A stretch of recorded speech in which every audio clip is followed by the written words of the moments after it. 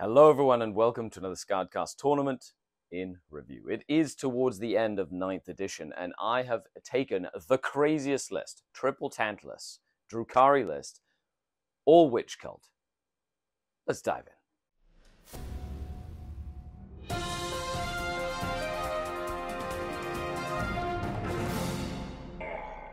The Dark Kid.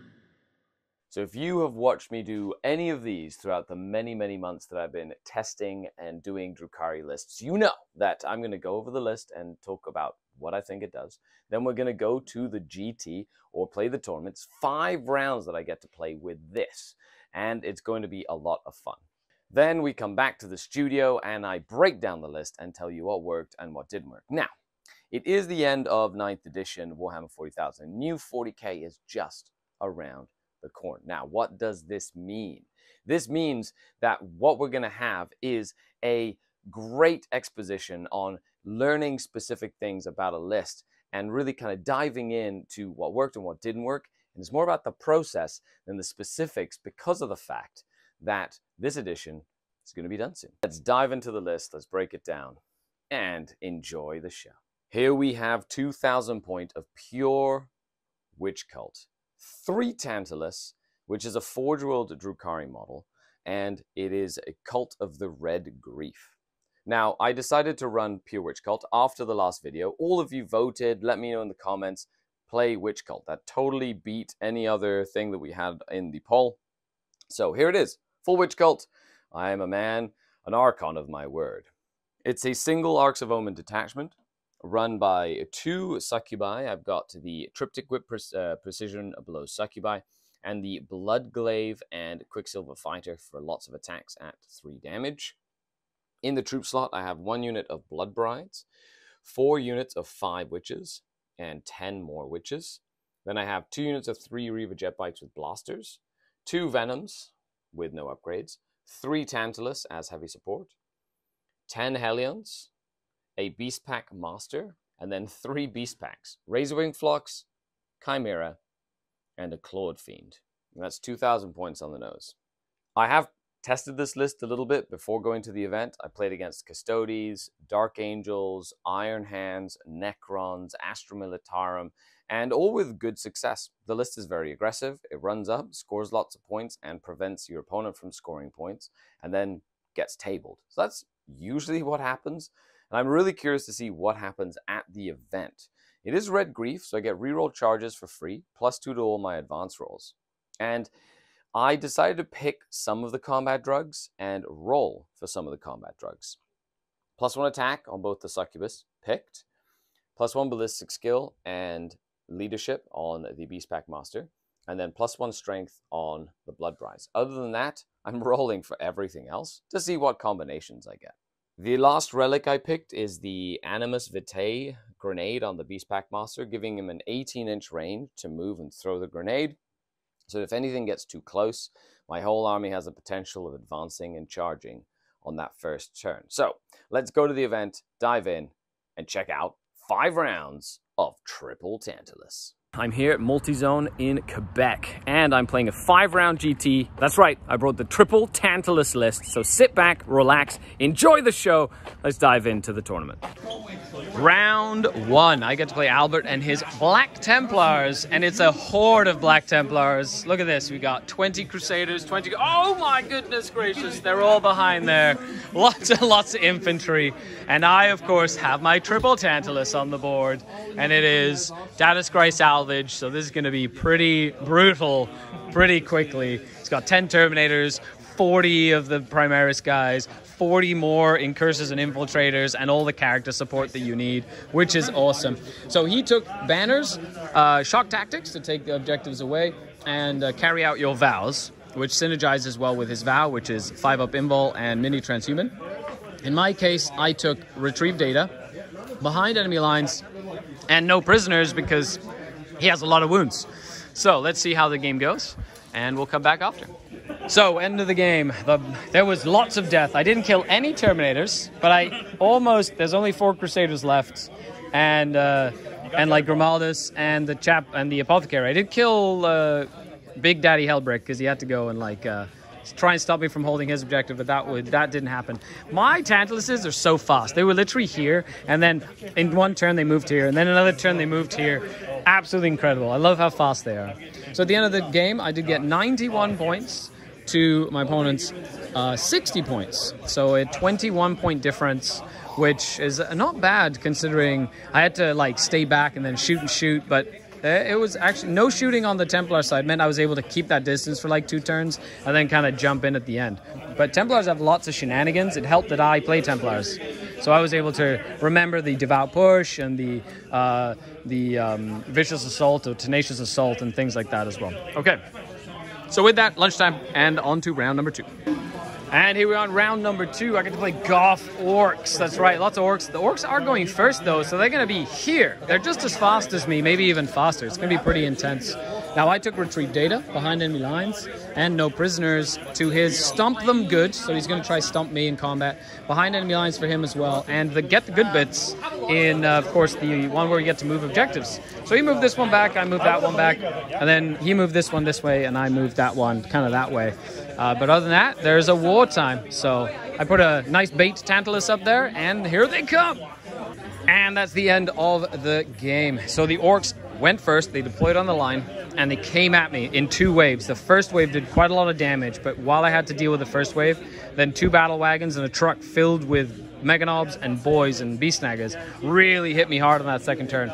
So it put me on the back foot from turn 2, and I couldn't really get out of my deployment zone. At the end of the day, I only got 48 points to my opponent's 97. So he was, of course, got lots of good bits, got lots of stuff. I did kill a lot, but it wasn't enough. So I did try and gamble a few things. Like I took a succubus, put her in a Tantalus by herself, and then when the Tantalus exploded, I was hoping to get her out and go kill them because of the +2 advance and the reroll charges. But she died coming out of the Tantalus, so that wasn't able to happen. And then, of course, the Mandrakes, who I was able to come in. Good screening for my opponent, but then I did fail a 9-inch charge. And then if that would have happened, there was a chance that the game was a little closer. I still lose it, I think, but I tried at the end there, but it didn't pay off for me. So with that, that's 1 win, 1 loss for the Tantalus list.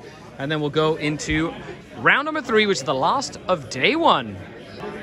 And here we are for round number 3. I get to play against Custodes. They're Shadow Keepers. We've got 9 Venatari, 6 bikes with a captain, so 7 bikes. Trajan, 9 like infantry models, and of course the Flamer ladies and 2 Alaris. And we're playing Put Bombs Down mission. So mission 12. I've got this Tantalus is up here, and then everything else is just ready. The Custodes are going first, and they're advancing and doing actions for their first kata. So he's got banners. He took Grind Them Down because he wants to kill more than me, but he's going first. That's actually good for me. And then he's taking behind enemy lines. He wants to get in my face. I'm taking behind enemy lines. I'm taking no prisoners, and I'm taking Retrieve Data. So let's just see what the witches do, and we'll come back at the end of the game. And there we have it, round number 3 against the Custodes. So at the end of the game, I did get a 79 points to 64. So I did beat the Custodes. I basically ignored Trajan and 6 shield guard that went into the middle, and I tried to kill all the bikes as quickly as possible, and then the Venatari. I did do some crazy shenanigans with like Mandrakes coming in the back, and then my swift outflanking Venom coming out and dropping a squad. So I was able to keep the pace on all my secondaries. I did take no prisoners. I debated whether or not to take them alive, and it would have given me maybe a little bit more, but to be honest, that one was the certain, like 6 to 8 points. So there you have it. Okay, so with that, end of day number 1. Tomorrow, 2 more rounds, but the Tantalus list so far has been really, really fun to play. I'm really happy to kind of showcase it before the end of the edition. Game number 4 out of 5. I get to play against Emperor's Children. That's right, Slanesh. Well, we are playing Tide of Conviction, which is one of the craziest missions that they ever did for 9th edition, just in general, for the GT pack. I ended up going first, and I'm just moving up. I picked behind enemy lines, no prisoners, and Retrieve Data. And my opponent picked Warp Ritual, No Prisoners, and Bring It Down, because the Tantali do give up quite a few points for Bring It Down. So let's dive into the game. We'll see how it goes. There's a big unit possessed. There's like a bunch of dudes with Blast Masters. There's a couple of characters and a Demon Prince. Lucius the Eternal is here. I'm going to try and kill him in hand-to-hand combat and then turn into Lucius myself, and that'll be fantastic. It'll be a glorious day. So with that, let's dive into the first game of day 2. And there you have it. At the end of the game, we did have the Witches take the win against the Emperor's Children. I did go first, which was a huge boon, and I will say Tantalus killed 2 wounded Space Marines very, very well, Legionnaires. So 92 to 59 win. So there you have it. That's 3 wins and a loss so far. Going into the last round, let's see who I draw. It is now lunchtime. Let's go have some food.